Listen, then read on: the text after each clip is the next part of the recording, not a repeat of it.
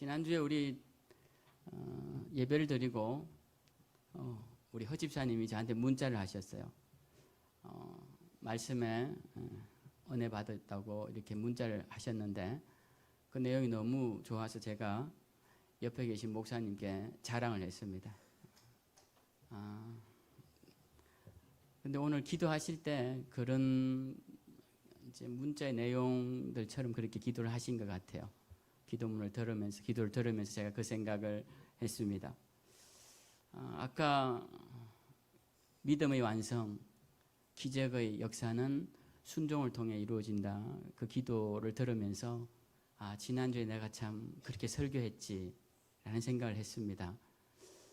지난주에 제가 사실은 그게 주된 내용은 아니었는데 말미에 기적의 타이밍에 대해서 여러분들에게 말씀을 드렸죠.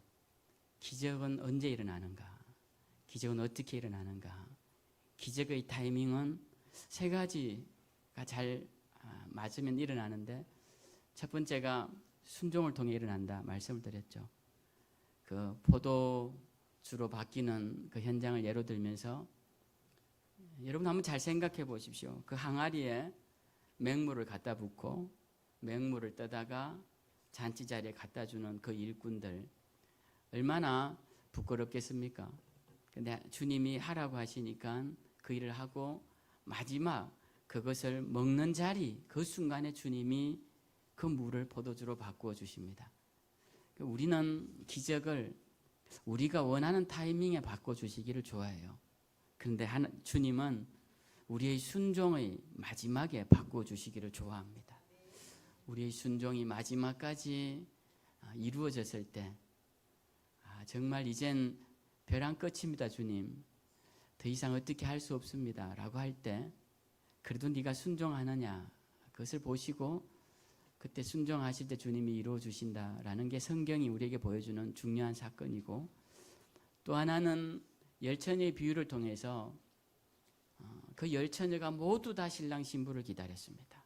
그리고 모두가 다 등불을 가지고 있었어요. 그런데 5명은 자신이 원하는 그 시간에 맞는 기름의 분량을 준비하고 나머지 5명은 그 때를 알 수 없으니 주님의 때에 맞춰서 예비로 더 많은 기름을 준비합니다. 그 차이예요. 똑같이 사모하고 똑같이 등불을 들었으나 내가 원하는 타이밍에 주님이 오시느냐 아니면 주님이 오시는 타이밍까지 내가 기다리느냐 그것의 차이입니다. 많은 그리스도인들이 그 기다림을 끝내 이루지를 못해요. 조금 안 차면 조금 성에 안 차면 또 옮기고 이렇게 하죠. 그래서 우리 기다려야 되고 마지막은 결단입니다. 제가 오늘 기도를 드리면서 이 말씀 한 번 더 드려야 되겠다 싶어서 사실은 오늘 설교 시간이 부족함에도 불구하고 제가 좀 정리를 해서 말씀을 드려야겠다 싶어서 말씀을 드리고 있습니다. 마지막은 결단이에요. 주님은 우리가 결단할 만할 때 결단하게 안 하십니다. 요단 강물을 건널 때도 우리가 결단할 만한 시기는 1년 중에 물이 가장 적은 시기가 우리가 결단할 도하의 시기지만 주님이 우리에게 결단을 요구하는 시기는 물이 가장 많은 시기에 우리의 발을 그 깊은 물에 넣고 나아가기를 원하는 그 결단을 요구하십니다. 그래서 주님의 결단의 방식과 우리가 결단을 자주 하는 그 방식이 다르다라는 것이죠. 그래서 기적은 언제 일어나느냐? 결단하기 힘들고 내가 결정하기 힘들고 내가 결심하기 힘든 그 순간 그때 결단할 때 그것이 주님이 기뻐 받으시는 것이고 할 만한 일을 할 때는 그렇게 놀라운 기적은 잘 안 일어난다. 그것을 우리가 성경을 통해 보여주고 있습니다. 우리는 다 세상의 빛인데 빛의 자녀로서 빛 대신 주님을 바라보는 우리가 이런 기적을 체험하며 또 간증하며 나아갈 수 있기를 주님의 이름으로 축원합니다. 오늘은 두 번째 지난주에 나는 세상의 빛이다 라고 말씀하신 것에 이어서 세 번째 나는 양의 문이다 라는 말씀을 가지고 함께 말씀을 나누고자 합니다. 예수님은 요한복음에서 7개의 기적과 그리고 7개의 자기 정체성을 드러내는 자기 선언문이 나옵니다. 그 7개의 기적은 7개 기적할 때 말씀드리면 다시 한번 기억하시면 좋을 것 같고, 오늘은 7개의 선언문을 여러분들이 좀 기억하시면 좋겠습니다. 첫 번째 예수님이 하신 선포가 뭐였죠? 나는 세상의 생명의 떡이다. 나는 생명의 떡이다. 두 번째는 나는 세상의 빛이다. 세 번째는 나는 양의 문이다. 네 번째 나는 선한 목자다. 다섯 번째 나는 부활이요 생명이다. 여섯 번째 나는 길이요 진리요 생명이다. 일곱 번째 나는 참포도 나무요. 네. 이 정도 말씀드리면 90 이상 되시지 않은 분들은 다 외울 수 있습니다. 네. 그래서 오늘은 세 번째 나는 양의 문이다라는 말씀을 가지고 함께 나누고자 합니다. 사실 양의 문과 선한 목자는 비슷한 말씀 같지만 또 일견 다른 면이 많습니다. 그 다른 점은 다음 주에 선한 목자 할 때 말씀을 드리도록 하겠습니다. 사실 요한복음을 읽어 나간 시간이 오래기 때문에 오늘 맥주 감사절임에도 불구하고 요한복음을 전하는 것에 대해서 여러분들이 이해해 주시리라 생각합니다. 양의 문, 이게 무슨 말일까요? 양의 문이라는 것이 무슨 말일까요? 이걸 좀 더 알려면 그 당시 양을 치는 방식과 시대적 상황에 대해서 좀 배경에 대해서 알면 이해가 쉽습니다. 우리는 유목민이 아니기 때문에 양을 치는 방식이 그네들과 다르죠. 우리는 사냥, 염소라고 부르는 그러한 것들을 키울 때 풀어놓고 잘 키우지 않습니다. 목줄해서 풀이 있는 곳에 묶어 놓으면 그 주변을 뚫고 또 데리고 오고 이렇게 하죠. 저도 어릴 때 염소 많이 끌고 다녔던 기억이 납니다. 그리고 방목을 한다라고 할 때도 울타리를 쳐놓고 그 안에서 방목을 하죠. 근데 중동 지역은 그렇게 키우지 않습니다. 풀이 워낙 더 넓은 평야에 있고, 그리고 그 풀을 먹으러 가려면은 인가에서 많이 가야 되고 왔다 갔다 하루 만에 오기 힘든 거리에 풀들이 있습니다.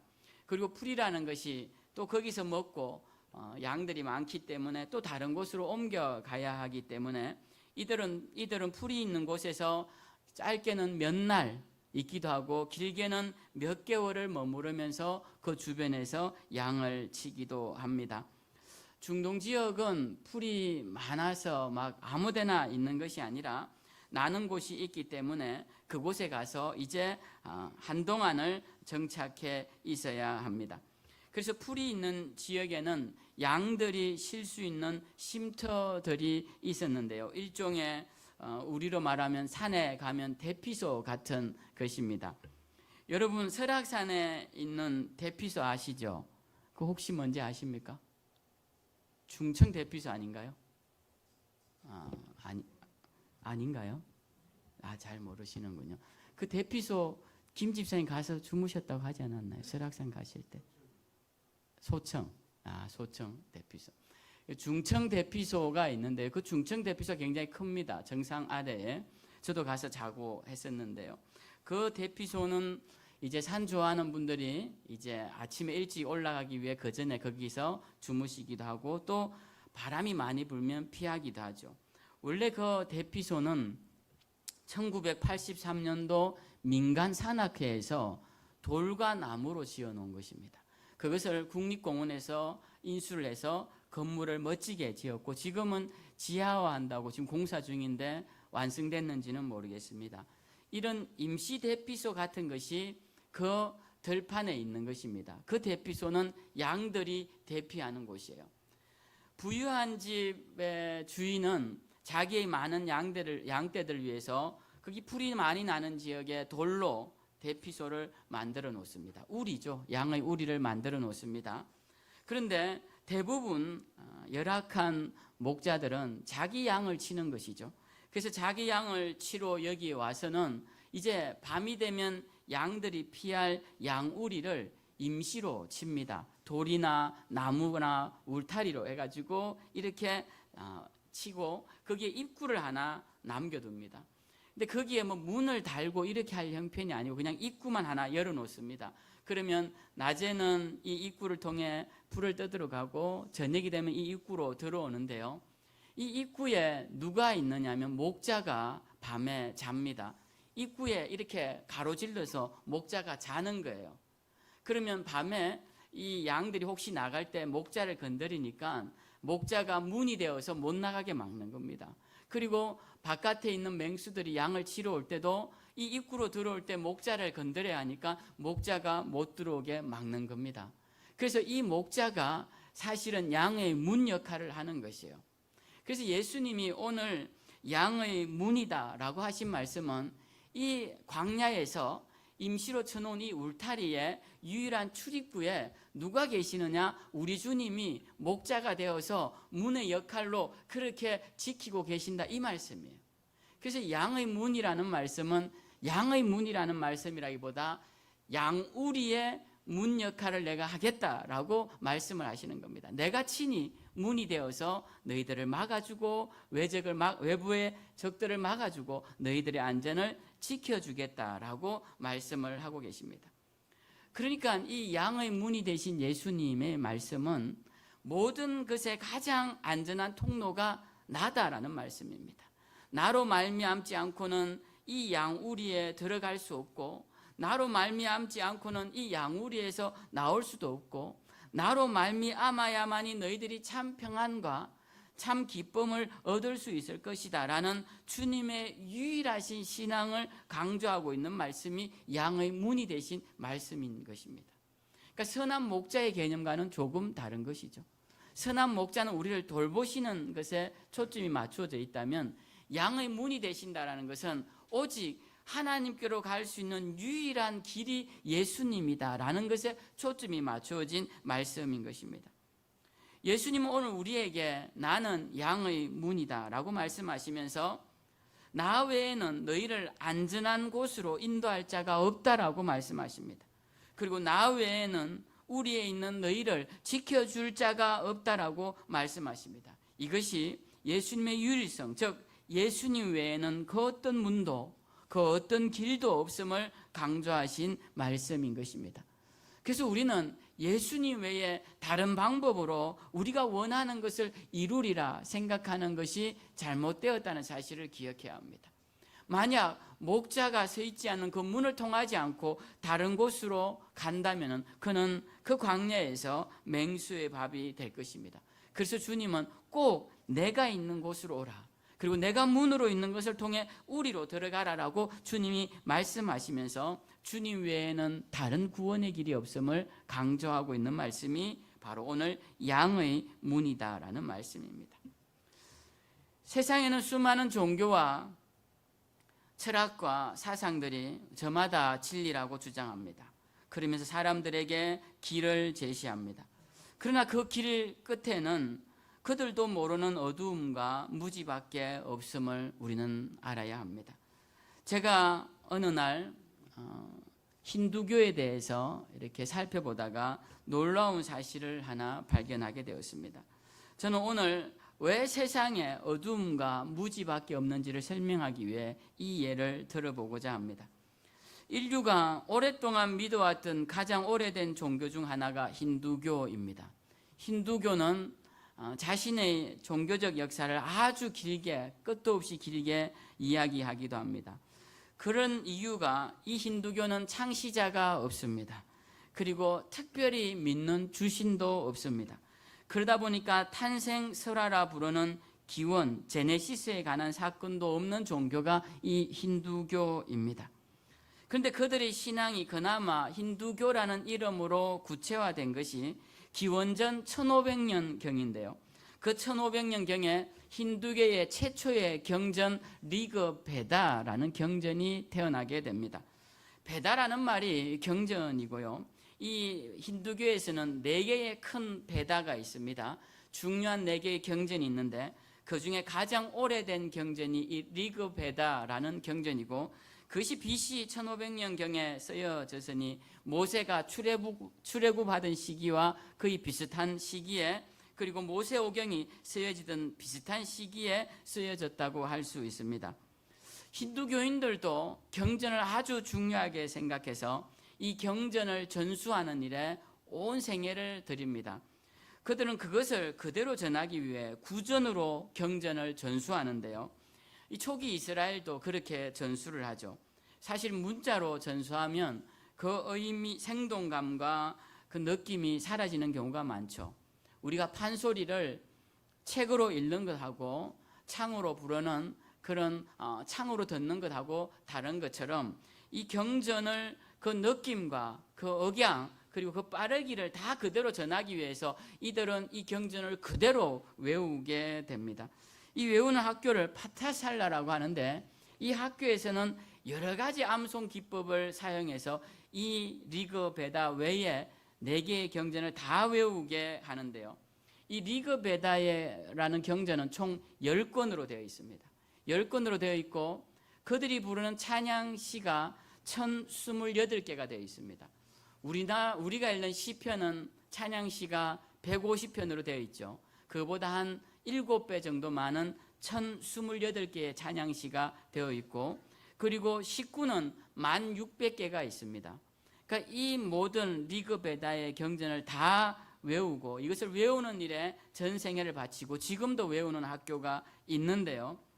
그들이 이렇게 중요하게 외우는 리그베다에서 가장 중요한 창조에 대한 찬양시가 나옵니다. 리그베다 129편에 나오는 시인데 이 시를 나사디아 숙타라고 부르면서 아주 중요한 창조의 시로 외우는 시입니다. 이 시는 총 7절로 구성되어 있는데요. 7절로 구성되어 있는데 제가 간단하게 물론 시가 간단합니다. 제가 그 내용을 잠깐 여러분들에게 들려드리려고 합니다. 1절에 이렇게 이야기합니다. 그때 존재도 없었고 비존재도 없었다. 여기서부터 우리가 부딪히죠. 존재도 없고 비존재도 없었다. 공기도 없었고 그 위에 하늘도 없었다. 2절에 가면 그때 죽음도 없었고 불멸도 없었다. 죽음도 없고 불멸도 없는 이게 무슨 말인지 헷갈리지만 그렇게 기록되어 있습니다. 그리고 낮과 밤의 구분도 없었다. 3절에 가면 처음에는 어둠이 어둠 속에 숨겨져 있었다. 모든 것은 구분되지 않은 물이었다. 텅 빈 것, 그것이 스스로의 열기로 태어났다. 그 안에서 욕망이 최초로 일어났다. 최초의 탄생이 욕망이라고 가르칩니다. 그리고 6절에 가면 이렇게 말합니다. 누가 진실로 알겠는가? 누가 여기서 말할 수 있겠는가? 이 창조는 어디서 왔으며 어떻게 생겨났나? 신들조차 이 창조 이후에 나타났으니 누가 그 기원을 알겠는가? 그래서 마지막 7절에 이렇게 결론을 맺습니다. 이 창조가 어디서 생겨났는지, 그것이 만들어졌는지, 스스로 생겨났는지, 하늘을 감독하는 그분이 아실지 혹은 모르실지 그분만이 아신다. 아니면 그분조차 모르실지도 이렇게 되어 있습니다. 자, 여러분 어려운 말은 아니지만 무슨 말인지 아시겠습니까? 그 결론은 이 창조시라고 부르는 아주 중요한 시인데요. 힌두교에서 이 창조시의 내용은 창조가 어디서 생겨났는지 아무도 모른다라는 것입니다. 만약 신이 있다면 신이 알겠지만 신이 있는지 없는지조차 모르고 그리고 태초부터 있던 신이 있다 할지라도 그 신이 이 창조의 기원을 알지 모를지도 모른다라고 말하는 겁니다. 결론은 뭡니까? 모른다는 겁니다. 모른다는 말을 제가 이렇게 멋지게 지금 여러분에게 하고 있는 것입니다. 이 심오한 종교의 심오한 경전의 가장 중요한 가르침의 결론은 모른다는 것입니다. 그러니 이들의 가르침의 핵심은 자연에 겸손하고 운명에 순응하라는 것입니다. 모르기 때문에. 그러나 여러분 우리는 어떻습니까? 우리는 성경을 피면 태초에 하나님이 천지를 창조하실 때 2절에 보면 이 경전과 비슷한 이야기를 하고 있습니다. 땅이 혼돈하고 공허하며 흑암이 깊음 위에 있고 하나님의 영은 수면 위에 운행하더라. 이 말씀은 이 식구하고 굉장히 유사합니다. 그러나 무질서의 상태는 비슷하지만 성경은 우리에게 하나님께서 그때 빛을 만드시면서 낮과 어두움을 밤을 구분하시고 낮과 밤을 구분하시고 빛과 어두움을 구분하시고 하늘과 땅을 구분하시고 바다와 육지를 구분하셨다고 말씀을 하십니다. 하나님은 모든 것에 경계를 정하시고 거기에 질서를 세우시면서 이 땅을 이 우주 만물을 만드셨다고 우리에게 분명하게 밝히고 계십니다. 그러니까 우리가 믿는 하나님은 분명하게 드러내시는 하나님이십니다. 하나님이 이렇게 당신을 드러내셔도 우리가 잘 알기 어려워하자 종국에는 하나님의 아들이신 예수 그리스도가 이 땅에 오셔서 하늘에서 본 하나님에 대해서 설명을 합니다. 예수님이 이렇게까지 말씀하시죠. 내가 땅의 것을 말해도 너희가 알아듣지 못하거늘 하늘에 있는 것을, 하늘에서 본 것을 너희에게 말하면 너희가 알아듣겠느냐라고 말씀하십니다. 그럼에도 불구하고 주님은 계속 우리에게 하늘의 것을 알려주십니다. 하늘의 비밀을 알려주시고 하늘의 하나님을 우리에게 알려주시면서 나로 말미암아 너희가 하나님께로 갈 수 있다라고 말씀하십니다. 그러면서 나는 곧 진리이며 너희에게 유일한 문이 되는 양의 문이니 나를 통하여 너희가 가야 할 하나님 나라와 하나님께로 너희가 가야 할 것이다 라고 말씀하고 계시는 것입니다. 예수님은 늘 우리에게 이런 말씀을 하셨습니다. 나로 말미암지 않고는 아버지께로 올 자가 없느니라. 나로 말미암지 않고는 하나님께로 갈 자가 없다라고 말씀하십니다. 여러분, 세상에는 여러 길이 있는 것처럼 보입니다. 그러나 영원한 생명과 참된 구원으로 인도하는 길은 오직 예수님 뿐이심을 우리는 믿어야 할 것입니다. 양우리가 단 하나의 문을 가지고 그 문에 우리의 목자 되신 예수님이 누워서 그 통로가 되신 것처럼 예수님을 통하지 않고는 다른 방식으로 들어오려고 하는 모든 자들은 오늘 성경에서 말씀된 것처럼 그들은 도둑질하고 죽이고 멸망시키러 오는 자들이다라는 것입니다. 이 말씀을 우리가 잘 기억해야 합니다. 여러분, 우리가 신앙생활하면서 예수 그리스도 그 이름 외에 더 존귀해지려고 하는 자들이 있다면 그들은 도둑입니다. 그들과 가까이 하면 여러분들의 영혼은 갈취당할 것이고 그들은 우리의 영혼을 올가맬 뿐만 아니라 우리의 재산까지 다 가지고 가서 우리를 나락에 떨어지게 만들고 말 것입니다. 그러니까 우리가 무슨 일을 하든지 우리 또한 예수 그리스도의 존귀하신 이름을 드러내는 자들이 되어야 할 것이고, 누구를 따르든지 예수 그리스도 이름을 드러내는 자들을 따라가야 할 것이다 라는 것이에요. 그래야만이 우리가 양의 우리 속으로 들어갈 수 있습니다. 오늘날 많은 사람들이 예수 이름을 팔아서 자기 이름을 더 높이고 예수 이름을 빙자해서 자기와 자기 자식과 자기 가문을 배불리는 자들이 얼마나 많은지 모릅니다. 우리는 그런 자들을 경계해야 합니다. 왜? 그런 자들은 도둑일 가능성이 굉장히 크기 때문에 그렇습니다. 도둑이 딴 데서 도둑이 아닙니다. 예수 그리스도 이름보다 더 자기 이름을 드러내는 자가 도둑이요 강도인 것이에요. 예수님이 그걸 오늘 우리에게 가르쳐 주십니다. 나 외에는 양의 문이 될 자가 없다라는 것입니다. 세상에 수많은 사람들이 지혜롭다고 말합니다.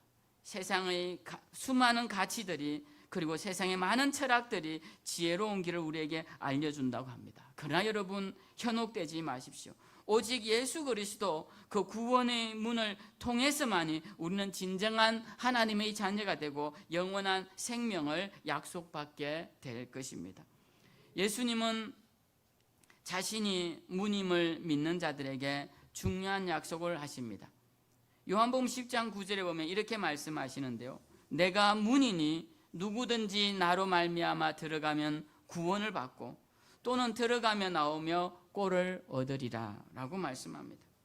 이 말씀은 단순히 양의 문으로서 안전만을 의미하는 것이 아니라 문을 통해 들어오고 나가고 하는 자들에게 풍성한 꼴을 주시겠다라고 약속하고 계십니다. 이 꼴, 풀이라는 말이죠. 먹을 수 있는 꼴을 말하는 것입니다. 주님께서는 우리에게 생명을 유지하는 필수적인 생명의 양식을 우리에게 주신다라고 말씀합니다. 우리의 삶 가운데도 허락하신다라는 것이죠.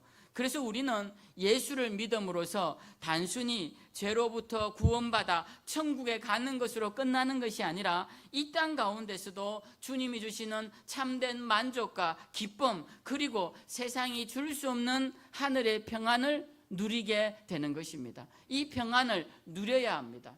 이 평안이 아주 중요합니다. 제가 지난 토요일 새벽 기도에 예레미야 29장 말씀을 전한 적이 있습니다. 토요일 날 새벽이 되면 저도 기대가 됩니다. 다른 날들은 다 강해 설교를 하지만 토요일 새벽만 주제 설교를 하는데 그것도 축복의 말씀만 찾아서 전하고 있습니다.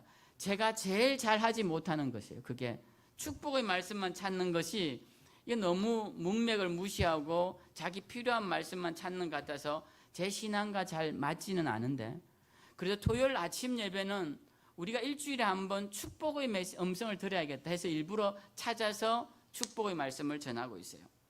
그 중에 하나가 예레미야 29장 11절 말씀인데요.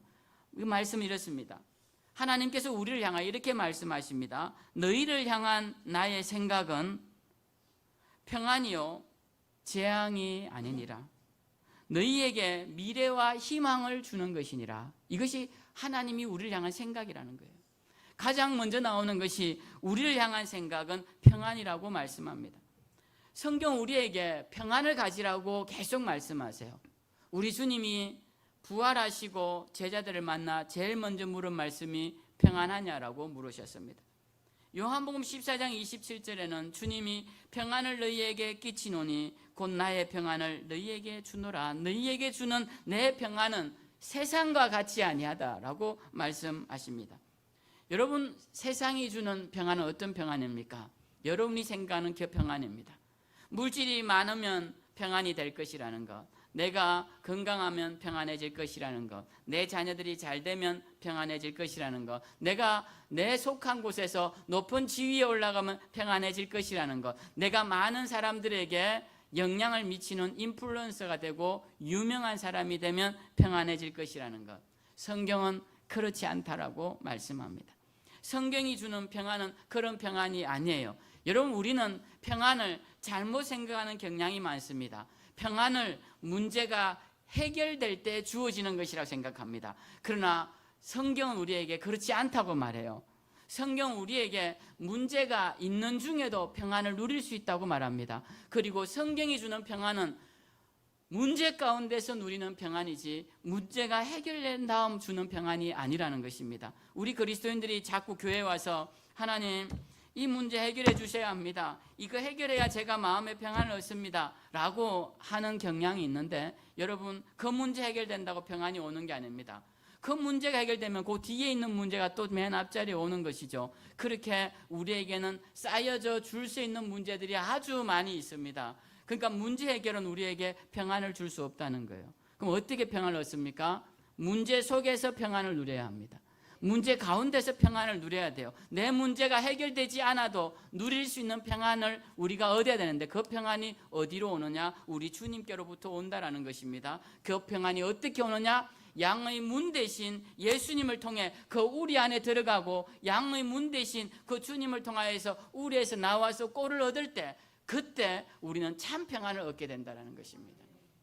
성경이 오늘 양의 문이라고 하신 말씀은 바로 여기에 있고, 내가 양의 문임을 믿는 자에게 주시는 이 영원한 꼴이라는 말씀도 바로 그런 의미에 있습니다. 세상은 우리에게 많은 것을 제공하면서 그것을 얻어야 평안이 올 것이다 라고 속삭이지만, 여러분, 그러한 말에 미혹되면 안 됩니다. 세상의 그 어떤 것도, 수많은 어떤 것도 우리의 영혼을 만족시킬 수 있는 것은 아무것도 없음을 여러분 믿으시기 바랍니다. 오직 예수님 그 양의 문을 통해서만이 우리는 진정으로 만족하는 삶, 풍성한 삶을 누릴 수 있을 것이고, 그분을 통해서만이 우리 영혼의 갈증을 해소할 수 있을 것이고, 영원히 목마르지 않는 생명수를 마시게 될 것입니다.